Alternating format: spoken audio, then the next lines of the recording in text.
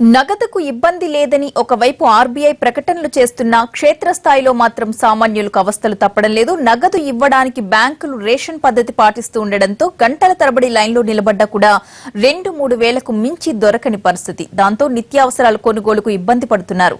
హైదరాబాద్ లో నగదు కష్టాలపై మరింత సమాచారం అందించడానికి మా ప్రతినిధి చంద్రశేఖర్ సిద్ధంగా ఉన్నారు. 30 రోజులైనా కూడా నగదు మార్పిడి కష్టాలు జనానికి తీరట్లేదు. ప్రస్తుతం మనం బేగంపేట యాక్సిస్ మెయిన్ బ్రాంచ్ లో ఉన్నాం. ఇక్కడ చూస్తే ఈ క్యూలు ఇక్కడ బ్రాంచ్ లోపల బయట భారీ ఎత్తున క్యూలు భారీగా కనిపిస్తా ఉన్నాయి. జనం డబ్బులు మార్చడం కోసం గంటల తరబడి వేచి చూడాల్సిన పరిస్థితి కనిపిస్తా ఉంది. పొద్దునే రావడం, క్యూలో నిలబడటం, డబ్బులు ఎప్పుడు దొరుకుతాయని ఎదురు చూడటం చేస్తా ఉన్నారు. ఈ సిటీలో ఉన్న బ్రాంచీలో కల్లా యాక్సిస్ బ్రాంచీలో ఇది పెద్దది. ఇక్కడ భారీ ఎత్తున కస్టమర్లు ఉన్నారు. వీళ్ళందరూ కూడా ఈ డబ్బుల కోసం ఇక్కడ వేచి చూస్తున్న పరిస్థితి కనిపిస్తుంది. ఈ బ్రాంచీలో ఈ నగదు మార్పిడి ఎలా జరుగుతా ఉంది, ఖాతాదారులకు కొత్త నగదు ఎలా ఇస్తా ఉన్నారు అనే విషయం గురించి మనతో మాట్లాడడానికి Axis Bank Begumpet branch vice president Bhaskar మనతో ఉన్నారు. ఆయన అడిగి ఎలా ఖాతాదారుల డిమాండ్ ను తీరుస్తున్నారో తెలుసుకుందాం. సార్, ఈ బ్రాంచ్లో ఎంతమంది ఖాతాదారులు ఉన్నారు? సుమారు 1,50,000 పైన ఖాతాదారులు ఉన్నారండి. వీళ్ళందరికీ సరిపడా డబ్బు ఇవ్వగలుగుతున్నారు రోజు? మ్యాక్సిమమ్ మనము సర్వ్ చేయగలుగుతున్నాము. అంటే ఈ 1000 రూపాయల నోట్లు, 500 రూపాయల నోట్లు రద్దు నేపథ్యంలో తలెత్తిన పరిస్థితుల్ని ఖాతాదారులకి మ్యాక్సిమం సర్వీస్ ఇవ్వడానికి యాక్సిస్ బ్యాంకు కట్టుబడి ఉంది. At the same time government, reserve bank నిర్దేశించిన మార్గదర్శకాలను ఫాలో అవడానికి కూడా యాక్సిస్ బ్యాంక్ కట్టుబడి ఉంది.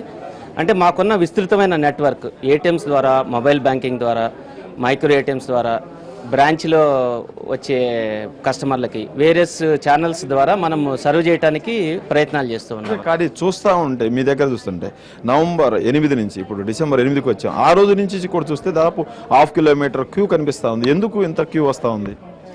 అంటే ఖాతాదారులు వాళ్ళకి కావాల్సిన మినిమం అవసరాలకి వాటికి కొంత నగదు అవసరం కాబట్టి వాళ్ళు బ్యాంకుల్లో సహజంగానే డ్రా చేయడానికి ప్రయత్నిస్తారు. ఎందుకంటే పాత నోట్లు 1000 రూపాయలు, 500 చెల్లవు కాబట్టి కొత్త కరెన్సీకి, అదర్ లీగల్ టెండర్ మనీకి వాళ్ళు రావడం జరుగుతుంది.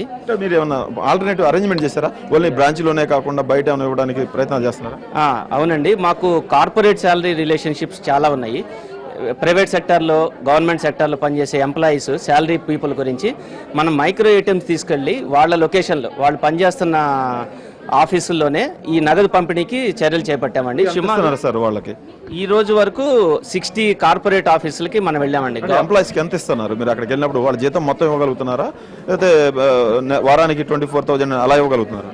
అంటే రిజర్వ్ బ్యాంకు నిర్దేశించిన నిబంధనల ప్రకారము మనం మైక్రో ఏటీఎం ద్వారా పర్ హెడ్ రోజుకి 2,000 రూపాయలు మనం ఎలో చేయవచ్చు. అందుకని ఆ పరిమితికి లోబడి 2,000 రూపాయల వరకు మనము అందరికి ఇస్తున్నాము.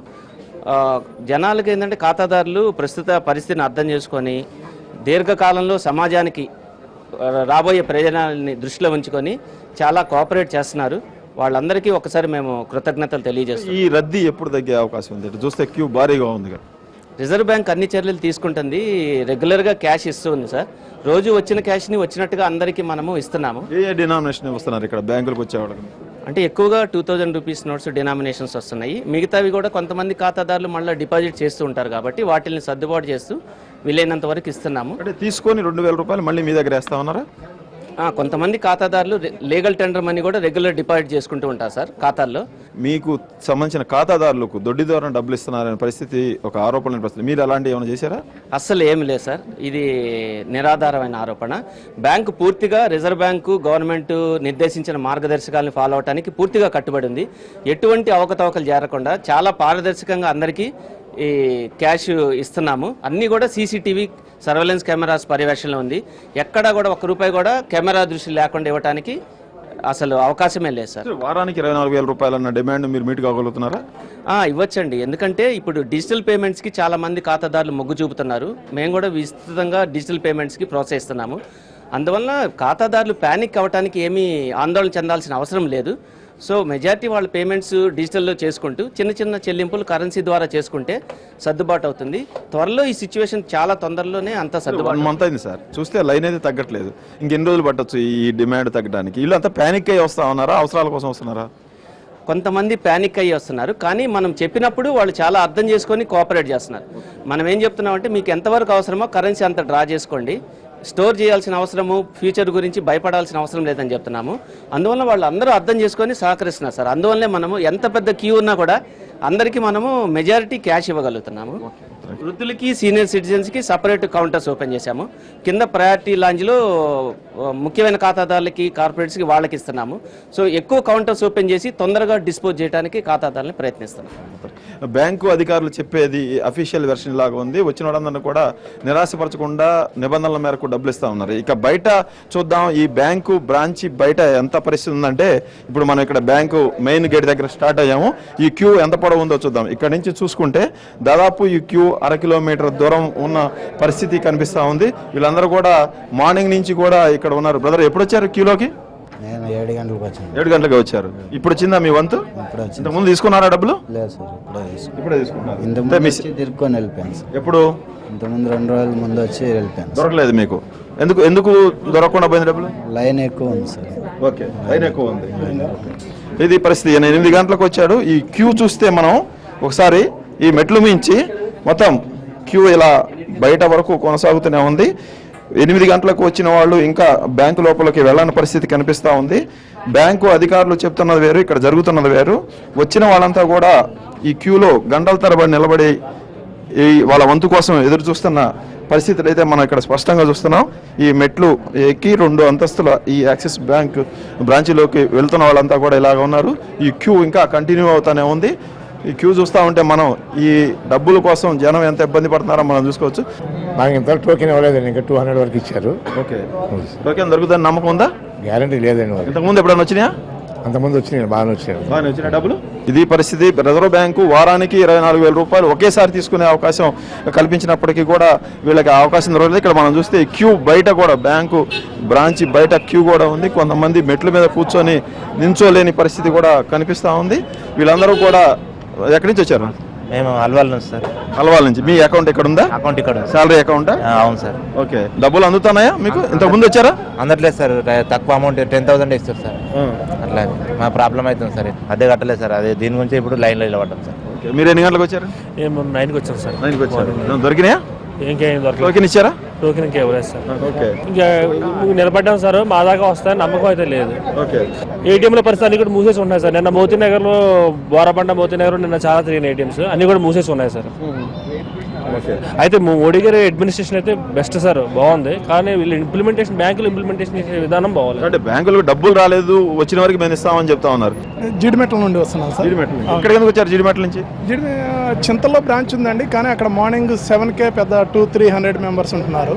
2,000 క్యాష్ ఇస్తున్నారు. ఇక్కడైతే మెయిన్ బ్రాంచ్ కనుక అవైలబిలిటీ ఉంటుందని ఇక్కడ కనుక్కున్నారా ఎక్కడ డబ్బులు దొరుకుతాయి అనేది ఎంక్వైరీ చేసి? 1 వీక్ బిఫోర్ వచ్చానండి, 10,000 తీసుకున్నాను. ఇక్కడ 200 టోకెన్స్ ఇష్యూ చేస్తున్నారు, కానీ తర్వాత కూడా క్యాష్ అవైలబిలిటీని బట్టి ఒక 50 టోకెన్స్ ఆర్ 100 టోకెన్స్ కూడా ఇస్తున్నారు. దాన్ని బట్టి దొరుకుతుందని ఆశిస్తున్నాం. సరే, చాలా ప్రాబ్లమ్స్గా ఉందండి. ఇది ఏంటంటే సిస్టమ్ బెటర్, కానీ సిస్టమ్ అనేది ఇది లేదండి. ఎలాగంటే మార్నింగ్ 8:30కి వచ్చినా కూడా కొన్ని టోకన్స్ నుంచి ఇప్పుడు టోకన్ సిస్టమ్ పెట్టారండి. ఆ సిస్టమ్ అనేది ఇప్పుడు కొద్దిగా ప్రాబ్లం అనేది చాలా ఇది అవుతుంది సార్. మీరు ఎలాంటి ప్రాబ్లమ్స్ ఫేస్ చేశారు డబ్బులు అందక? ఇప్పుడు నేను ఏం చేస్తున్నా సార్, డైలీ అయితే ఇప్పుడు ఒక డ్యూటీ నుండి మాకు సెలవు ఇవ్వాలని ఇవ్వట్లేదు. మీరు డైలీ అక్కడ పోతుంటే ఇక్కడ డ్యూటీ ఖరాబ్ అయిపోతుందని చెప్తున్నారు సార్. అందు గురించి చాలా ఇబ్బంది పడుతుంది. డ్యూటీకి మానుకొని వచ్చారా? డ్యూటీ అయిపోయింది మానుకొని వచ్చాం సార్. ఇప్పుడు పరిస్థితి సార్ 4,000 ఇస్తున్నారు సార్ సేవింగ్ అకౌంట్. 4,000 సార్ మనకి మంత్లీ జరిగినట్టు కాని పరిస్థితి కదా సార్ అది. అందు గురించి మేము డ్యూటీ మానుకొని వస్తాం సార్. అక్కడ మాకు చాలా ప్రాబ్లమ్స్ అనేది ఇష్యూ అవుతుంది. శాలరీ వచ్చి 8 days అవుతుంది, బట్ ఇంట్లో ప్రాబ్లం ఉంది, రెంట్ కోసం. సో వాటి కోసమే ప్రాబ్లం ఉంది. ఎన్నిసార్లు వచ్చారు ఈ శాలరీ తీసుకోవడం కోసం? ఇప్పుడు 3 times వచ్చాం, కానీ అప్పటి నుంచి ఏం లేదు. 3 సార్లు వచ్చినా మీకు దొరకలేదు డబ్బులు. ఏటీఎంలో ట్రై చేశారా? ఏటీఎంలో చూస్తుంటే మా బ్రాంచ్ దగ్గర అంటే 2 ATMs ఉన్నాయి బేగంపేటలో, పిఎస్ మక్తాలో.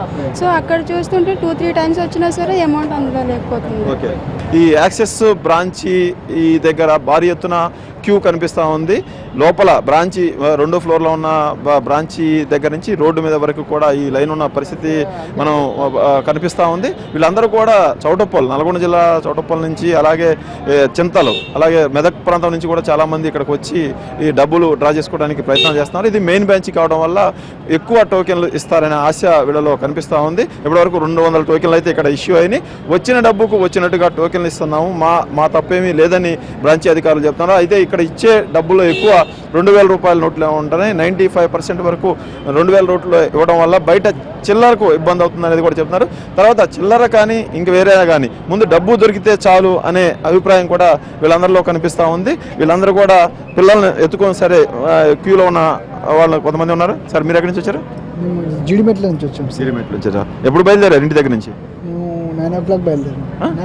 9 o'clock బయలుదేరారా? ఇక్కడ మీ అకౌంట్ ఉందా? అవునండి. ఎంత డ్రా చేయబోతున్నారు? 10,000.